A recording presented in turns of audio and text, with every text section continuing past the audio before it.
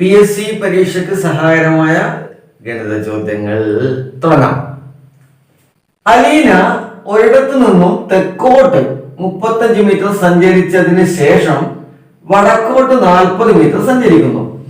പിന്നീട് കിഴക്ക് ദിശയിലേക്ക് തിരിഞ്ഞ് 25 മീറ്റർ സഞ്ചരിക്കുന്നു. വീണ്ടും തെക്കോട്ട് തിരിഞ്ഞ് 5 മീറ്റർ സഞ്ചരിക്കുന്നു. എന്നാൽ യാത്ര തിരിച്ചിടത്തു നിന്നും എത്ര അകലത്തിലാണ് അലീന ഇപ്പോൾ നിൽക്കുന്നത്? ചോദ്യം കുറച്ച് വലിപ്പമുണ്ട്, കുറെ അങ്ങോട്ടും ഇങ്ങോട്ടും തെക്ക് വടക്ക് കിഴക്ക് പടിഞ്ഞാറുണ്ട്. അപ്പൊ ആ ഒരു ആശയക്കുഴപ്പമുണ്ടാക്കിയിട്ട് ഇതെങ്ങനെ ചെയ്യാം എന്നൊക്കെ ആലോചിച്ച് അത് വിട്ടുകളി അല്ലേ. ഇത് സിമ്പിൾ ആണ്. ചോദ്യമൊക്കെ വലുതാണെങ്കിലും നമ്മൾ ചെയ്യാൻ പഠിക്കേണ്ടതെന്ന് വെച്ചാൽ ഇതിന്റെ ഒരു ചെറിയൊരു ഗ്രാഫ് വരയ്ക്കുക. ഗ്രാഫ് എന്ന് വെച്ചാൽ പോകുന്ന ദിശയുണ്ടല്ലോ, അതനുസരിച്ച് അതെങ്ങനെയാണെന്ന് കാണിച്ചു തരാം. അപ്പൊ നിങ്ങൾക്ക് മനസ്സിലാവും ഇതിന്റെ ഉത്തരം വളരെ സിമ്പിൾ ആണ്.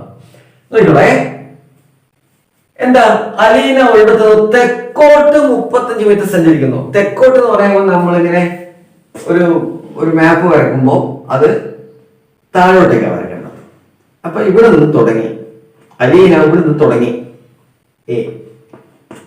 എങ്ങോട്ടേക്ക്? താഴോട്ടേക്ക്, അതായത് തെക്കോട്ടേക്ക് 35 മീറ്റർ. എന്നിട്ടോ അതിനുശേഷം വടക്കോട്ട് 40 മീറ്റർ. എന്നാൽ ഇവിടെ നിന്ന് 40 മീറ്റർ സഞ്ചരിക്കുമ്പോൾ ഇവിടുന്ന് 35 പേജ്, പിന്നെ അങ്ങോട്ട് എത്ര വരും? ഇവിടുന്ന് എത്ര വരും? 5 മീറ്റർ ആണ് ഇവിടുന്ന് വരുന്നത്. അതാ പറഞ്ഞത് ആശയക്കുഴപ്പമുണ്ടാക്കുകയാണ്. ഇവിടുന്ന് ഇങ്ങോട്ട് 5 എന്ന് പറയുന്നതിന് പകരം താഴോട്ട് തെക്കോട്ട് 35 എന്ന് കരുതി പിന്നെ വടക്കോട്ട് 40. പറ്റിക്കാനുള്ള ഏർപ്പാടാണ്. അപ്പൊ നമ്മൾ ശ്രദ്ധിച്ചാൽ മതി. അപ്പൊ ഇത് 5 മീറ്റർ ആണ്.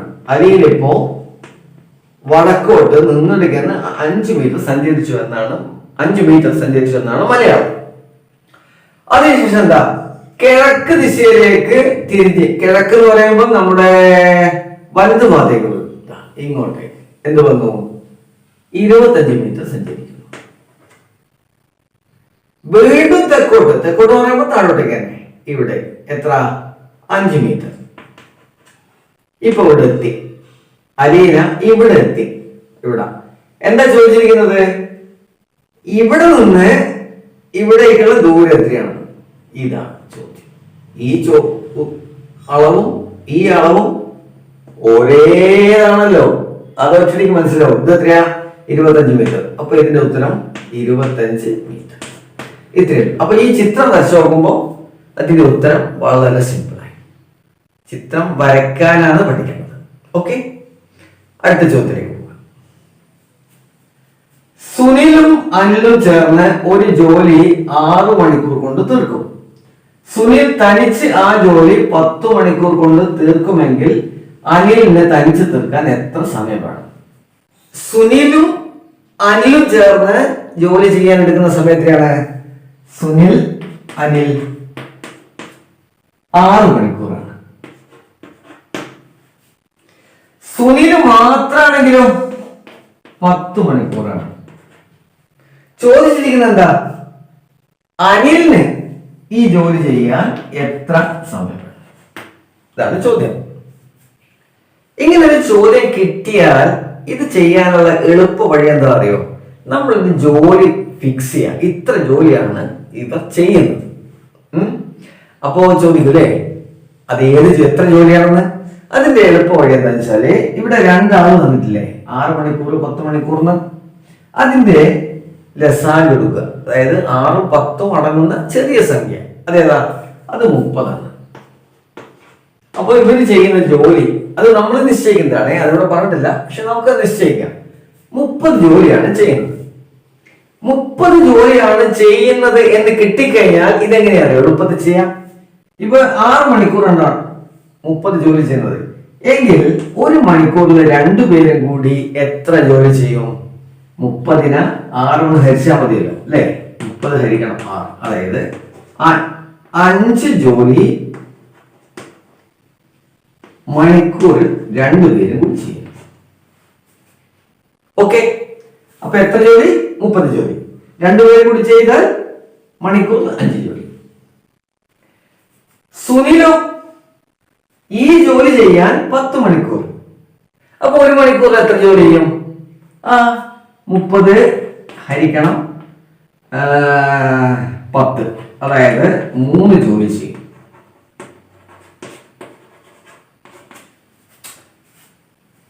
സുനില് ചെയ്യുന്നത് ആകെ 2 പേരും കൂടി ചെയ്യുന്നത് മണിക്കൂറിൽ 5 ജോലി. അതിൽ സുനിൽ എത്ര ജോലി ചെയ്യുന്ന അറിയോ? മണിക്കൂറിൽ 3 ജോലി ചെയ്യുന്നുണ്ട്. എങ്കിൽ അനിൽ എത്ര ചെയ്യും? ഈ 5-ൽ നിന്ന് 3 കുറച്ച് ബാക്കി 2 ജോലിയാണ് അനിൽ ചെയ്യുന്നത്, ഒരു മണിക്കൂർ ചെയ്യുന്നത്. ക്ലിയർ? എത്ര ജോലിയുണ്ട്? 30 ജോലി. ആ 30 ജോലി ഇയാൾ ഇങ്ങനെ ഒരു മണിക്കൂറിൽ 2 ജോലി മാത്രമേ ചെയ്യുന്നുള്ളൂ എങ്കിൽ ഈ 30 ജോലി ചെയ്യാൻ എത്ര മണിക്കൂർ എടുക്കും? 30 ഹരിക്കണം 2, 15 മണിക്കൂർ എടുക്കും. ഇങ്ങനെയാണ് ഇതിന്റെ ഉത്തരം കണ്ടെത്തുന്നത്. അടുത്ത ചോദ്യം എന്താണെന്ന് നോക്കാം. 5 മീറ്റർ നീളവും 4 മീറ്റർ വീതിയും 2 മീറ്റർ ഉയരവുമുള്ള ഒരു ടാങ്കിൽ എത്ര ലിറ്റർ വെള്ളം കൊള്ളും? എത്ര ലിറ്റർ വെള്ളം കൊള്ളും എന്നാണ് ചോദിച്ചിരിക്കുന്നത്. 1 ലിറ്റർ എന്ന് പറഞ്ഞാൽ എത്രയാ? 1000 ഘന സെന്റിമീറ്റർ. ഇതെന്താണെന്ന് 1 ലിറ്റർ 1000 ഘന സെന്റിമീറ്റർ ആണെന്ന് മനസ്സിലാക്കിയാൽ ഇതിന്റെ ഉത്തരം എളുപ്പമായി. എങ്ങനെ കാണാം? ഇതിന്റെ അളവ് എങ്ങനെ കാണും? നീളവും വീതിയും ഉയരം കൂടി ഗുണിച്ചാൽ മതിയല്ലോ.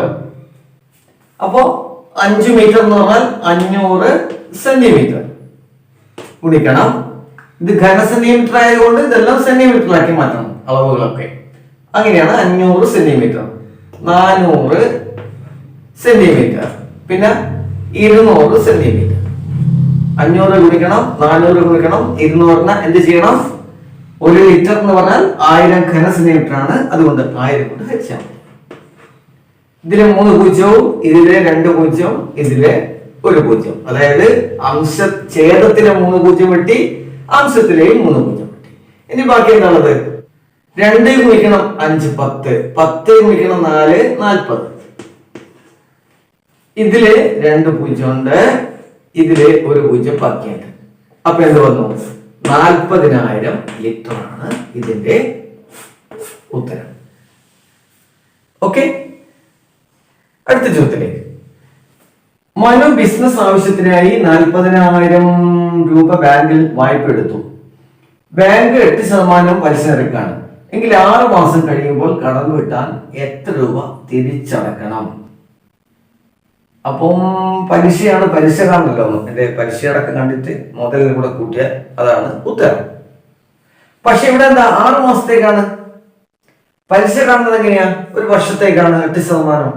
അപ്പൊ നമ്മൾ ഇത്രയേ ഉള്ളൂ. ആ 8% എന്നുള്ളത് 6 മാസത്തേക്ക് കാണുമ്പോൾ 4% കണ്ടാൽ മതി. അപ്പൊ 40,000 ഇൻറ്റു 4/3. ഈ 2 പൂജ്യവും വെട്ടി, പിന്നെ 1600. ഇത് പലിശ. അതിന്റെ കൂടെ എന്ത് അടക്കണം? മുതൽ കൂടി അടക്കണം 40,000. അപ്പൊ 41,600 രൂപ തിരിച്ചടക്കണം. അത്രയേ ഉള്ളൂ. അടുത്ത ചോദ്യം. 5/9 ഗുണിക്കണം 5/9 മൈനസ് 4/9 ഗുണിക്കണം 4/9 ഓൾ ബൈ 5/9 മൈനസ് 4/9. ഭിന്നസംഖ്യകളുടെ ഗുണനവും വ്യവകലനവും ഹരണവും എല്ലാം കൂടെ വന്നിട്ടുണ്ട്. അപ്പോ അശകുറവം വേണ്ട, സിമ്പിളായി ചെയ്യുന്നത് എങ്ങനെയാന്ന് നോക്കും. 5/9 ഗുണിക്കണം 5/9 മൈനസ് 4/9 ഗുണിക്കണം 4/9 ഓൾ ബൈ 5/9 മൈനസ് 4/9. ഇതാണല്ലോ ചോദ്യം അല്ലേ? അപ്പൊ ഇത് ആദ്യം ഗുണിച്ചേക്കാം. 5 5 25/9 മൈനസ് 4 ഗുണിക്കണം 4 16/9 ബൈ ഇവിടെ നമുക്ക് എളുപ്പത്തിൽ എന്താ വെച്ചാല് രണ്ടും ഒരേ ഛേദാണല്ലോ, വ്യവകലനം. അപ്പൊ 5-ൽ നിന്ന് 4 കുറക്കുക, കുറച്ച് എത്രയാ? 1. അപ്പൊ 1/9 ഇട്ടാൽ ഇവിടെ. ഇനി ഇവിടെ ആദ്യം അങ്ങ് ചെയ്തേക്കാം അല്ലെ? 25/9 മൈനസ് 16/9. 25 മൈനസ് 9 -16/9 എന്ന് പറഞ്ഞാൽ രണ്ടുപേരെയും ചേരായത് കൊണ്ട് 25 നിന്ന് 16 കുറച്ചാൽ മതി. എത്ര കിട്ടും?